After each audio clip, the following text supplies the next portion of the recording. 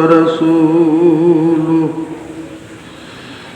صلى الله تعالى عليه وعلى آله وأصحابه وبارك وسلم تسليما كثيرا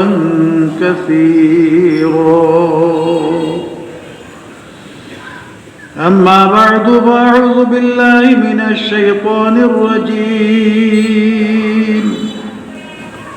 بسم الله الرحمن الرحيم يا أيها الذين آمنوا لا تأكلوا أموالكم بينكم بالباطل إلا أن تكون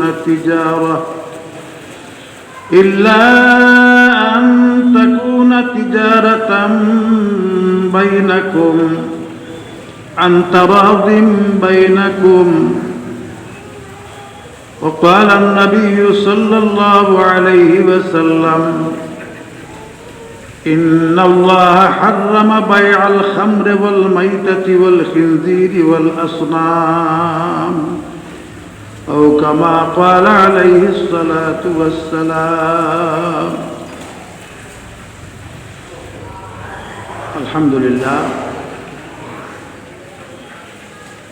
আমাদের সামনে মাহে শাবান আসছে, পবিত্রতম মাস। এই মাহে রমজানের ভূমিকা স্বরূপ আল্লাহ রাব্বুল আলামিন দুটি মাস দিয়েছেন, রজব এবং শাবান। এই মহাপবিত্র মাস, বরকতময় মাস, মাগফিরাত ও রহমতের মাসের প্রস্তুতিমূলকভাবে আল্লাহ তাআলা এই দুইটা মাস দিয়েছেন। এই জন্য নবী করিম সাল্লাল্লাহু আলাইহি ওয়াসাল্লাম এই শাবান মাসে যে পরিমাণ শাবান মাসের প্রতি যে পরিমাণ লক্ষ্য রাখতেন, অপরাপর কোনো মাসের প্রতি এতটুকু লক্ষ্য রাখতেন না। কারণ ইয়াতাহাফাজু শাবান, তো শাবানের 15 তারিখ, 14 তারিখ দিবাগত রাত, শবে বরাত এবং 15 তারিখের বিধান, সেই সম্পর্কে ইনশাআল্লাহ পরবর্তীতে আলোচনা হবে। আজকে আমি একটা বিষয়ে আপনাদের খিদমতে আলোচনা করতে চাচ্ছি। আজ বেশ কিছুদিন যাবৎ চলাফেরার মধ্যে একটা জিনিস আমাদের সামনে পড়তেছে, যেটা ইতিপূর্বে কখনো দেখিনি। এই ভৈরবর দিকে গেলে রাস্তার পাশে দেখা যায় বিভিন্ন ধরনের মূর্তি, বাঘ, ভাল্লুক, হাতি, জিরাফ, এই ধরনের বিভিন্ন প্রাণীর আপনার মূর্তি, পাশাপাশি মানুষেরও ইদানিং শুরু হয়েছে, মানুষেরও মূর্তি দেখা গেলাম। সেখানেও দেখলাম কোনো কোনো জায়গার মধ্যে এই অবস্থা। আপনাদেরকে আমি ইতিপূর্বে শুনিয়েছি শিরকের উৎপত্তি কিভাবে হয়।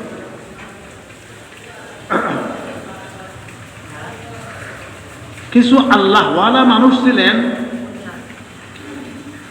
এই আল্লাহওয়ালা মানুষের ইন্তেকালের পর তাদের ভক্তবৃন্দরা খুব বিচলিত হয়ে গেল। শয়তান এসে তাদেরকে পরামর্শ দিল যে তোমাদের তো এত বিচলিত হওয়ার কোনো কারণ নেই, তাদের প্রতিকৃতি বানাও, তোমরা যেখানে ইবাদত করতে শুধু সামনে রাখলেই তো তোমাদের মনের একটা তৃপ্তি হবে। এরা তো চিন্তা করলো, তো কথা তো সুন্দর কথা, কাজী শয়তানের পরামর্শে শুধু প্রতিকৃতি বানাইল আর এটা সামনেই রাখলো, সিজদাও করলো না, এরার কাছে কোনো কিছু চাইলো না, ইবাদত করলো না। এরা যখন মারা গেল, পরবর্তী জেনারেশন আসলো, এরা দেখলো যে আমাদের বাপদাদারা, বাপচাচারা এখানে ইবাদতের মধ্যে এই মূর্তিগুলিকে সামনে রাখছেন, তাহলে এর মধ্যে কিছু আছে। এই শুরু হয়ে গেল মূর্তি পূজা।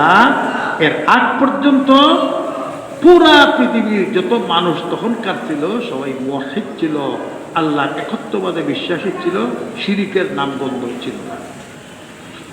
এখান থেকেই শিরকের উৎপত্তি। আর শিরিক এত বড় একটা অন্যায়, আল্লাহ পাক রব্বুল আলামিন কোরআনে পাকের মধ্যে ইরশাদ ফরমান, ইন্নাল্লাহা লা ইয়াগফিরু আন ইউশরাকা বিহি ওয়া ইয়াগফিরু মা দুনা যালিকা লিমান ইয়াশা। আল্লাহর সঙ্গে শিরিক করা এই গুনাহের ক্ষমা নাই।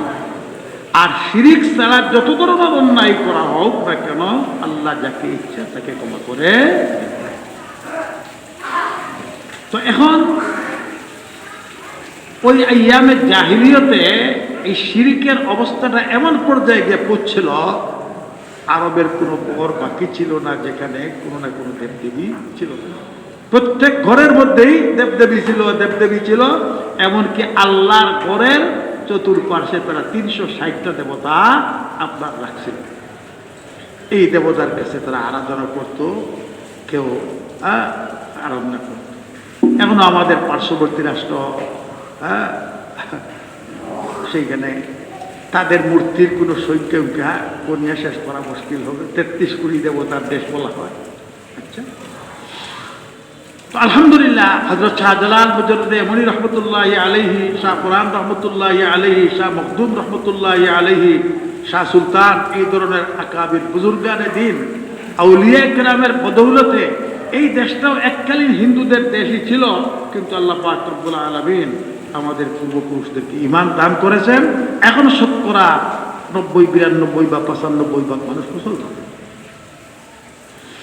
এই মুসলমানের দেশে এখন হিন্দু সংস্কৃতিটাকে এইভাবে আমদানি করা হয়েছে।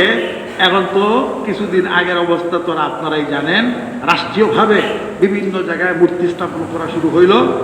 আর এই রাষ্ট্রীয়ভাবে যখন মূর্তি স্থাপন শুরু হইল, তখন তো আর বাকি নেই, সর্বত্রই তো মূর্তি মূর্তি মূর্তি। এখন আমরা ব্যবসায়ী মানুষ যারা আছেন, এরা মনে করেন যে যদি ব্যবসার মধ্যে কোনো চমক লাগানো যায় তাহলে আমার ব্যবসাটা চাঙ্গা হবে, আমি রাতারাতি ধনী হয়ে যাব। এই জন্য আমাদের ব্যবসায়ী মহলে গেলে দেখা যায় কাপড়ের দোকানে মূর্তি, সারিবদ্ধভাবে মূর্তি রাখা হয়েছে। আর মূর্তির গায়ে কাপড় ফিট করিয়া দেখানো হয় এই কথা যে হ্যাঁ শরীরে এটা এইভাবে মানে। একজন মুসলমানের মাথায় এই চিন্তাটা কিভাবে আসো? আল্লাহ বলেন রিজিক হইল আসমানে। আল্লাহ পাক রব্বুল আলামিন যার জন্য যতটুকু বরাদ্দ করে রাখছেন, হ্যাঁ, সেটা অবশ্যই সে পাবে, এর মধ্যে কোনো সন্দেহ নাই। এই আকীদার বিশ্বাস প্রত্যেকটা মুসলমানের রাখা ফরজ, এটা রাখতে হবে। দুনিয়া হইল একটা ওসিলা। এই জন্য কেউ ব্যবসা করবে, কেউ ক্ষেত খামার করবে, কেউ চাকরি নকরি করবে, কেউ শিল্প কারখানা গড়ে তুলবে, এটা ওসিলা। কিন্তু কোশ্চেন কালেও আপনার শিল্প কারখানাও আপনাকে দিতে পারবে না, ব্যবসা বাণিজ্যও দিতে পারবে না, ক্ষেত খামার চাকরি নকরি কোনো কিছুই আপনাকে রিজিক দিতে পারবে না যদি আল্লাহ রাব্বুল আলামিনের ফয়সালা না থাকে। আর আল্লাহ যদি ফয়সালা রাখেন তাহলে অতি সাধারণ একটা দোকান দিয়া আপনি কোটিপতি হয়ে যাবেন। অনেক অনেক বিশাল, একটা দুইটা নেয়, অনেক। আর কোটি টাকার পুঁজি আপনি লাগাইছেন, আর জাকজমক একবারে চূড়ান্ত সীমা, কিন্তু দেখা যায় সারাদিন বসিয়ে মাছি চালাইতেছে, গ্রাহক তেমন নাই। জেলেরা জাল পাচ্ছে, সব জেলেই আশা নেওয়া যায়, কিন্তু সবাই কি রুই কাতলা ধরতে পারে? আল্লাহ রাব্বুল আলামিন যার জন্য মুকদ্দর রাখছেন, আল্লাহ রাব্বুল আলামিন ওই মাছের অন্তরের মধ্যে ঢেলে যান যে তুমি এইদিকে যাও, ওই যে জাল যেখানে পাচ্ছে ওই দিকের কথাই আল্লাহ তাআলা তার অন্তরে ঢেলে দেন, সেই গাড়িটা লাগে। আর যার জন্য আল্লাহ তাআলার বরাদ্দ নাই, সে যত মজবুত জাল আর যত ভালো ব্যবস্থাই হোক না কেন, আল্লাহ তাআলা মাছের অন্তরে এটা ঢেলে দিবেন না, যায় মাছ কোন দিকে যাবে সেটা লাগবে না। তো ঠিক অবস্থা হইল এরকমেরই। আমি আপনাদেরকে একটা ঘটনা শুনাইছিলাম, পাকিস্তানের দুনিয়ার বড় আলেম হযরত আল্লামা তকি উসমান, বিচারপতি তকি উসমান দামাত বারাকাতুহুম, উনি লেখছেন যে করাচি শহরে ওনার ভাইয়ের একটা দোকান, কিতাবের দোকান, লাইব্রেরি।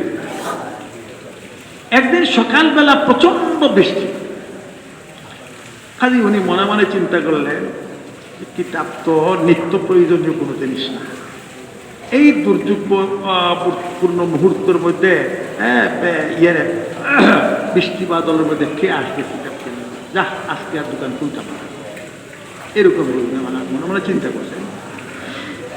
পরক্ষণেই ওনার মনের পরিবর্তন হইল যে না, দোকান খোলাটা তো হইল আমার দায়িত্ব, আর গ্রাহক পৌঁছানোর দায়িত্ব হইল আমার আল্লাহ।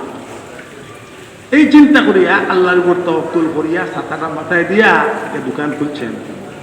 মৌলানা দেখেন যে সকাল থেকে নিয়ে বিকাল পর্যন্ত সারা দিন দলে দলে মানুষ আসলো আর কিতাব কিনে নিয়ে গেল। এখানে অবশ্যই আমাদের চিন্তা করার বিষয়, ডাল চাল হয় তাহলে তো না নিলে ফাঁকশাক হবে না, খাওয়া দাওয়া চলবে না, নিতেই হবে, পরিস্থিতি যেমনই হোক। কিন্তু যে কেউ মনে তো এই কথাটা ভাবতে পারতো যে কিতাব তো আজকেই নিতে হবে এমন কিছু নাই, হ্যাঁ হয়তো কাল নিলেও চলবে না, পরশু, কোনোটা হয়তো একদিন পরে, কোনোটা এক মাস পরে, কোনোটা এক বছর পরে দরকার পড়বে। এই রকমের একটা জিনিস কেনার জন্য এরকম দুর্যোগপূর্ণ আবহাওয়ায় কষ্ট করে আমার দেওয়ার কি দরকার? কিন্তু উনি যেন আল্লাহর উপর তাওয়াক্কুল করিয়া দোকান খুলছেন, এই আল্লাহ পাক রব্বুল আলামিন গ্রাহকদের অন্তরে এই কথাটাই ঢেলে দিচ্ছেন, না তোমার যেতে হবে। এই আমার যে ভাইয়েরা দোকান কি কয়, দোকানটারে আপনার চাকচিক্যময় করে তোলার জন্য আর গ্রাহককে আকৃষ্ট করার জন্য আপনাদের দোকানের মধ্যে মূর্তি স্থাপন করছেন, আপনার তো চিন্তা করা দরকার। সরকার দো আলম মুহাম্মদ রাসূলুল্লাহ সাল্লাল্লাহু আলাইহি ওয়াসাল্লাম ইরশাদ ফরমাইছেন, লা তাদখুলুল মালায়েকাতু বায়তান ফীহি সূরাতুন, যে ঘরের মধ্যে প্রাণীর ফটো থাকে সেই ঘরে রহমতের ফেরেশতা ঢুকেন না। মূর্তির কথা বলছেন না, প্রাণীর ফটো, প্রাণীর ফটো যে করে থাকে সেই ঘরে রহমতের ফেরেশতা ঢুকেন না। আর মূর্তি তো হইল শিরকের চিহ্ন, এটা আপনি ঘরে রাখবেন আর আশা করবেন আপনার ব্যবসার উন্নতির, এটা কোশ্চিনকালেও হবে না, হবে না। কিন্তু শয়তান মানুষের অন্তরের মধ্যে এইসব বিষয় ঢেলে দিছে। আর এখন জায়গায় জায়গায়, প্রায় জায়গাতেই গেলে দেখা যায় সারিবদ্ধভাবে মূর্তি, সারিবদ্ধভাবে মূর্তি। এটা তো হলো দোকানদারদের ব্যাপার। আর এখন হয়েছে কি, হিন্দুরা আগে পুতুল বানাইয়া মূর্তি বানাইয়া ব্যস্ত, এখন মুসলমান এই মূর্তি বানাইয়া ব্যবসা শুরু করে, মূর্তির ব্যবসা, মূর্তির ব্যবসা বিভিন্ন প্রাণীর, এবং কি এদিন দেখলাম মানুষেরও মূর্তি বানানো শুরু করছে, রাখছে। এটা হলো ব্যবসা। মনে রাখতে হবে আপনি মুসলমান, ব্যবসা করা ইসলামী শরীয়তে জায়েজ করার, ইন্নাল্লাহ হাররামার রিবা আহাল্লাল্লাহুল বাইআ ওয়া হাররামার রিবা, আহাল্লাল্লাহুল বাইআ ওয়া হাররামার রিবা। আল্লাহ পাক ব্যবসা বাণিজ্যকে হালাল সাব্যস্ত করেছেন আর সুদকে হারাম করেছেন। কিন্তু তাই বলিয়া যা ইচ্ছা আর যেটা মনে হয় ইচ্ছা সেই ব্যবসা আপনি করবেন। আমি যে হাদিস শরীফ পড়েছি, রাসূল করিম সাল্লাল্লাহু আলাইহি ওয়াসাল্লাম ইরশাদ ফরমান, ইন্নাল্লাহা হাররামা বাইআল খামরি ওয়াল খিনজির ওয়াল মাইতাতি ওয়াল আসনাম, অবশ্যই আল্লাহ রাব্বুল আলামিন শরাব বিক্রি করা, আপনার শুয়োর বিক্রি করা আর মৃত পশু বিক্রি করা এবং দেবদেবী বিক্রি করা হারাম সাব্যস্ত করেছেন। ওই দেবদেবীর কথাটা হাদিসে আছে, দেবদেবী বিক্রি করা হারাম সাব্যস্ত করেছেন। তাহলে যে দেবদেবী বিক্রি করা, মূর্তি বিক্রি করা হারাম, সেই হারাম উপার্জন যদি আপনি করতে যান তাহলে আপনার ইসলাম কোথায় রইল, আপনার মুসলমানিত্ব কোথায় গেল? এটা তো একজন মুসলমান কোনো অবস্থাতেও করতে পারে না। কেন? যে আল্লাহ পাক রব্বুল আলামিন হালাল ব্যবসার অনেক অনেক পথ রাখছেন। আর রাসূলুল্লাহ সাল্লাল্লাহু আলাইহি ওয়াসাল্লাম ফরমাইছেন এই কথাটা যে তুজ্জারু ইয়াউমাল কিয়ামাতে ইউহশারুনা ইয়াউমাল কিয়ামাতে মান নবিয়্যিন ওয়া সিদ্দীকিন ওয়া শুহাদা ওয়া সালিহিন। আত-তাজিরু সাদুকুল আমিন, আত-তাজিরু সাদুকুল আমিন মান নবিয়্যিন ওয়া সিদ্দীকিন ওয়া শুহাদা ওয়া সালিহিন। যেসব ব্যবসায়ীর মধ্যে দুইটা গুণ থাকবে, একটা হলো সততা আর একটা হলো বিশ্বস্ততা। এই ধরনের ব্যবসায়ীদের হাসর হবে নবী রাসূলের সঙ্গে, সিদ্দিকিন, শুহাদা ও সালিহিনের সঙ্গে। আপনি ব্যবসায়ী হইয়া কাল কিয়ামতের দিন নবীর সঙ্গে আপনার হাসর হবে, সিদ্দিকিন শুহাদার সঙ্গে আপনার হাসর হবে, যদি সততার সাথে, বিশ্বস্ততার সাথে আপনি হালাল ব্যবসা করেন। পাশাপাশি আল্লাহ রাসূল ফরমাইছেন, আত-তুজ্জারু ইহশারুনা ইয়াওমাল কিয়ামাতি ফুজ্জারা ইল্লা মানিত্তাকা ওয়া বাররা ওয়া সাদাকা। ব্যবসায়ীদের হাসর হবে ফাসিক ফাজিরদের সাথে, তবে যদি ওই দুই গুণ থাকে, ইল্লা মানিত্তাকা ওয়া বাররা ওয়া সাদাকা, হে যদি গুনাহ থেকে বাঁচিয়া থাকে, আর সততা এবং বিশ্বস্ততার সাথে ব্যবসা করে, তাহলে ফাসিক ফাজিরের সাথে নয়, নবী রাসূলের সাথে, সিদ্দিকের, শুহাদাদের সঙ্গে তার হাসর। তো শহরে যেহেতু অনেক আল্লাহর বান্দারা এই ব্যবসা করেন, কাজেই আমরা মুসলমান হিসাবে আমাদের ব্যবসার নীতিটা তো জানতে হবে, কোন ব্যবসাটা হালাল, কোন ব্যবসাটা হারাম। এখন আপনি যা মনে হলো সেটা শুরু করলেন ব্যবসা, যখন মূর্তির ব্যবসা শুরু করছেন, এখন এই মূর্তির ব্যবসা দিয়া আপনি যদি কিছু পয়সা উপার্জন করেন, এটা তো আপনার জন্য হারাম, এটা সম্পূর্ণভাবে হারাম। প্রত্যক্ষ এই চিন্তাটাই আপনার ঠিক না, যে আমি মানুষের মানুষকে আকৃষ্ট করার জন্য একটা হারাম পন্থা অবলম্বন করলাম, এটাই আপনার জন্য অবৈধ। আর 2 নম্বর হইল, এই ব্যবসাটা যেহেতু হারাম, সুতরাং এই হারাম ব্যবসার মাধ্যমে আপনি যদি উপার্জন করেন, তাহলে কি হবে? কথাটা আজকে আমি উঠাইছি এই জন্য, যেহেতু মাহে রমজান গুনাহ মাফের মাস, রহমতের মাস, বরকতের মাস। কার জন্য? যে হালাল জীবিকা উপার্জন করবে, হালাল খাবে, তার জন্য। রাসূল পাক সাল্লাল্লাহু আলাইহি ওয়াসাল্লাম ইরশাদ ফরমান, লা ইয়াদখুলুল জান্নাতা জাসাদুন গুযিয়া বিল হারাম। হযরত সিদ্দিক আকবর রাদিয়াল্লাহু তাআলা আনহু রাসূলুল্লাহ সাল্লাল্লাহু আলাইহি ওয়াসাল্লামের সার্বক্ষণিক সাথী ছিলেন, কিন্তু হাদিস বর্ণনার ক্ষেত্রে তিনি খুবই সতর্ক ছিলেন। খুব অল্প সংখ্যক হাদিস তিনি বর্ণনা করছেন, তার মধ্যে এই হাদিসখানা আছে যে আল্লাহর হাবিব ফরমান, ওই দেহ জান্নাতে প্রবেশ করতে পারবে না যে দেহের রক্ত মাংস হারাম দ্বারা গঠিত। আপনি সুদ খাইলেন, আপনি ঘুষ খাইলেন, আপনি মদ খাইলেন, আপনি হারাম উপার্জনের পয়সা খাইলেন, তাহলে এই পয়সা দিয়া আপনি যা খাওয়া দাওয়া করলেন, আবার রোজাও রাখলেন, এই রোজা আল্লাহ তাআলার দরবারে গ্রহণযোগ্য হবে না।